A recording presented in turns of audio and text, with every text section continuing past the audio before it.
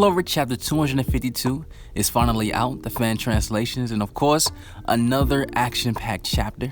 And this chapter lived up to its expectations because Chapter 251 had such a cliffhanger, but it left on a good note. And the start of this chapter, it was just instant action from top to bottom.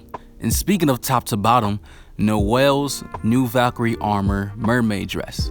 I love the design, a unique twist on the Valkyrie armor, and it makes sense that she is versatile with the water magic because that's what water magic is. It's good with versatility, and I dig it. But before we start this review, I want to just say I appreciate all you guys who watch the videos and sub to the channel and like the videos because we just hit 10K, and that is amazing to me, and I appreciate all the support you guys show to this channel, and that means a lot to me. So let's keep this ball rolling. Let's hit 11K. Baby steps, you know, goal is 20K by the end of this year, but baby steps, right? So let's dive into this chapter review. Black Clover Chapter 252, Noelle versus Vanica.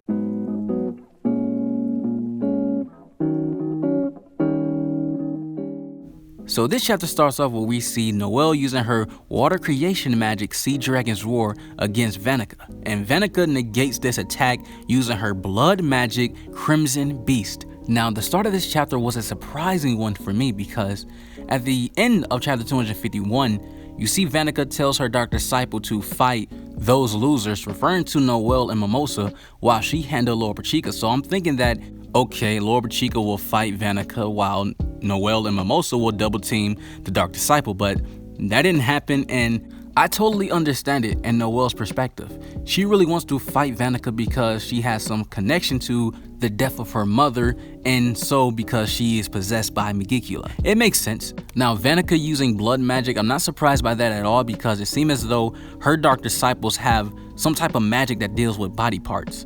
And her using blood magic wasn't a surprise, but the way she used it was a surprise because it's almost like she summoned a stand and called it Crimson Beast. You know, that is close to a JoJo reference for me because King Crimson, you know, Crimson Beast. No? Yeah? All right. But I like the versatility she had with it because there's a difference when we see the Witch Queen. She has blood magic, but she used it in a totally different way, while Vanica used her blood magic in a different way as well. So I like that Tabata is constantly using in a story where a character can both have the same attributes, but they use it in a different way. So I dig this. So you see Vanica looks at Noelle with these devil markings all over her neck and face, and she says, "What was that just now? What kind of snake was that? Was that an attack?" Pretty much looking at Noelle like that was nothing. And it's crazy because we seen Gaja before the time skip. He gets hit by a Sea Dragon's Roar, but he had to use a defense rune technique, but he still took almost some damage from it and went flying. So Vanica to be able to tank that with her blood magic stand, that is very impressive. And skip another panel and we see Mimosa, and we see that she is fighting the Dark Disciple guy, and he uses his tongue magic, wrapping her around saying that I will be your opponent. But instantly you see this grass type thing just wrap around his tongue, and Mimosa, she states that she mixed seeds with the earlier attack with the Zamaha grass. And the Zamaha grass may be just some kind of different type of grass that's in the Heart Kingdom, and that just to let us know, only in the Heart Kingdom they can have different type of grass. It's kind of weird, but you know, that is the Heart Kingdom for you. Now Mimosa, she screams out to Noelle and says, "Leave this frog to me, you two take care of that devil possessed." Now you see this huge water attack while this is happening, and you see that the water spirit is inside this water attack, so she's definitely the cause of this, and blood is also spreading out from this attack. And it looked as though the Dark Disciple got caught in the crossfire in this because he started bleeding as well. But he says, "Wow, Vanica's magic, I love both of them. Both of them are great."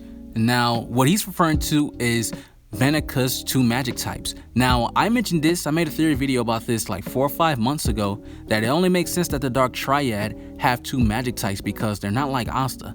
Asta has no mana, so it's not going to be the same. He's not going to have a different attribute, while the Dark Triad have their own magic attribute plus their devil power. So this chapter pretty much confirms it, even though we did see Dante heal from Yami's attack, and we seen that Vanessa states that this is a different type of magic power. So that's another example that him having two different magic types. Now Xenon, I believe that cube that he put Yuno in, it could be a different magic type. Cube magic, I don't know. Cube magic is a weird attribute to have, but hopefully that's not the name of it. But we do see in the flashback of Loropechika telling Noelle that Vanica has 2 magic types, and it's blood magic and curse magic. The Dark Triad can use 2 elements of magic, their own magic and devil magic. And the reason why Vanica, they know about her having 2 different magic types because Loropechika states that we fought them before, which we already know. And we are prepared in this situation of her using her 2 magic types. So I believe that the curse magic definitely has to be Megicula's, while the blood magic has to be Vanica's. So we see that the water spirit is almost at the point covering the entire area with the water. But we see that Vanica, she has no trouble with this because she is standing on something that she created with her blood magic. She states that, I'm pretty sure Xenon and Big Brother Dante are having fun right now. This also lets us know that these events that are happening with the Golden Dawn and the Black Bulls are all happening at the exact same time. I do have a theory video that's coming up this week, and that video I will break down how all this is happening at the exact same time to give more context of my theory, so guys be on lookout for that. She tells Loropechika that I can't wait to kill you. World Tree magic and dark magic looks fun, but it's tiring since we have to bring them back alive. And Noelle instantly starts thinking like, what? Dark magic? What are you guys trying to do? What did you say? Because Noelle knows that dark magic is linked to Yami. She knows that she has to be referring to Yami because they don't know what the Dark Triad is planning. The only people that do are the Black Bulls at the moment because Yami was fighting Dante and Dante spilled the beans. Vanica tells Noelle, why do I have to tell you anything? But on the other hand, Loropechika know exactly what they are planning to do because she started thinking to herself, World Tree magic, dark magic. And we see this huge library in this flashback of nothing but books. And we see Loropechika there, and Loropechika, it tells us that she and other princesses inherit the power of past princesses, and it's passed down to them. In other words, their experience and knowledge. That vast information is the reason why they are called all-knowing maidens, because the Heart Kingdom, the princesses has been talked about for hundreds and hundreds of years. The Heart Kingdom princesses, they've been here way before the massacre 500 years ago of the elves. So the information that they know is pretty much makes sense why they are called all-knowing. They know pretty much everything.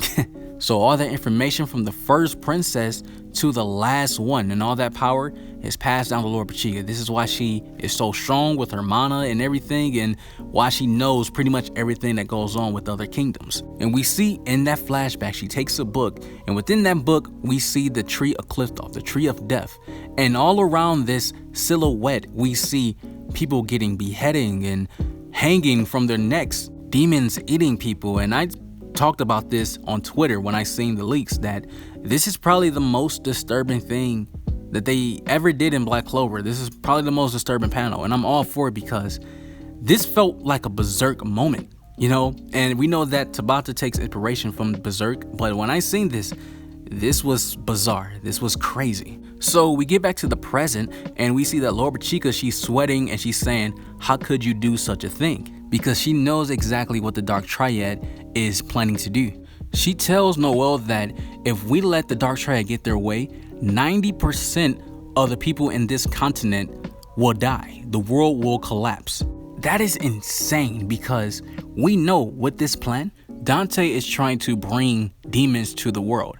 And it makes sense why 90% of the population will be dead because demons, devils, they are so powerful in this story, in this series. So there is no possible way that if everybody was arcane stage in the world, it still wouldn't be a chance to stop these devils because they are too powerful. They are on a whole different tier. It's only a few handful of people, may not even be a handful, that can stop devils in this series.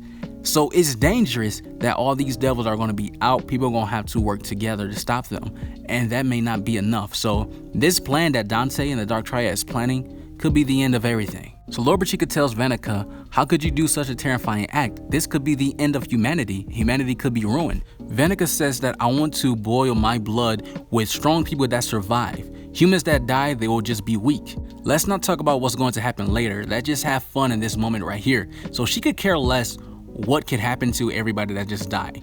All she cares about having a strong army of simps, and that's it.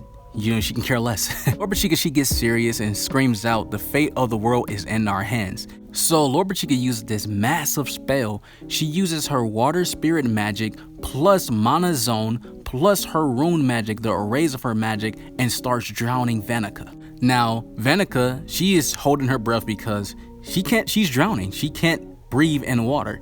And Loropechika states that this area that is covered by water reduces half of your power, reduces half of your blood magic, and it also increases Noelle's water magic. And we see Valkyrie dress mermaid form. This form looks sick. And it makes sense why she has this mermaid form, because now Noelle can swim inside the water and can move even faster. And she pierces Speed Blitz Vanica right with her lance, right in the stomach, and blood just coming out of Vanica's mouth, and she says, "Not bad." That was the end of the chapter. Now, it's so much that happened in this chapter that is a lot to talk about, and you guys know I'm gonna save that for the chapter breakdown and also an extra discussion video of this chapter. But this was amazing. Chapter rating, I definitely give it a 9 out of 10 because I love the direction that's about to went with this chapter.